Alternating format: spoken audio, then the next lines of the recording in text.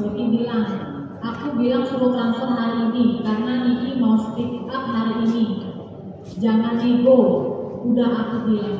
Ini maksudnya saksi kita mengatakan kepada saksi Oki ajarin Makil jadinya BEM. Itu seperti apa? Ya itu hanya bahasa aja karena Makil ini kan orangnya ngomongnya cepat-cepat sama saya gitu. Itu aja sudah. Oke. Terus kemudian kayaknya berhasil deh 5M. Saksi Oki mengatakan ke saksi kita itu seperti apa maksudnya? Kalau yang masalah itu saya perlu peringat, tapi saat itu kayaknya cuma dia mau WhatsApp aja, terus saya ya udah nggak ada gimana.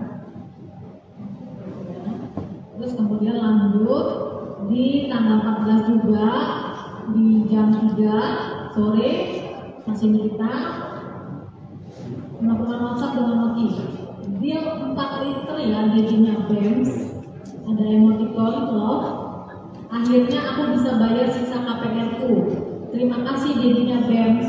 Dijawab saksi Oki, oke Ami kesayangan. Ini maksudnya dia 4 liternya jadinya BEMS dari siapa dan untuk apa? Ya karena yang saya tahu, saya di toko Makil itu bahwasannya Reza mau bekerja sama saya selama 1 tahun untuk produknya. Tapi saya bilang sama Makil saat itu melalui lisan, karena waktu itu Makil ada di rumah saya bilang saya mau membantu dia asalkan dia sudah tidak menjual produk yang berbahaya dan berbahaya.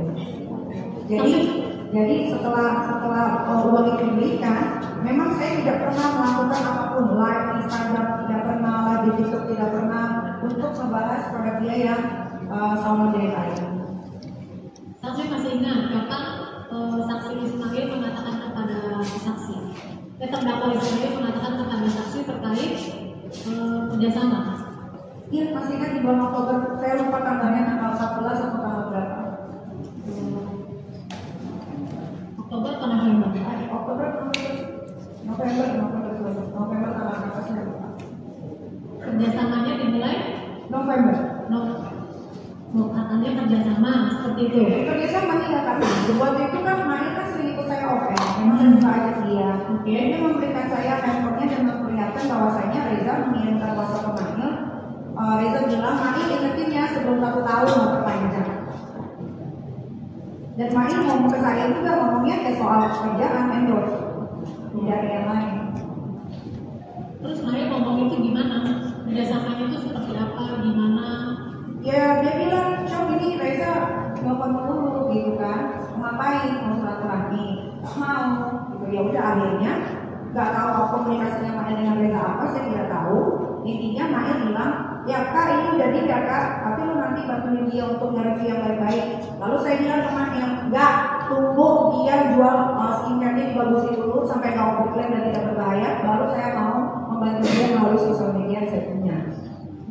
Pada saat itu terdakwa Makil melakukan pembicaraan itu melalui WhatsApp.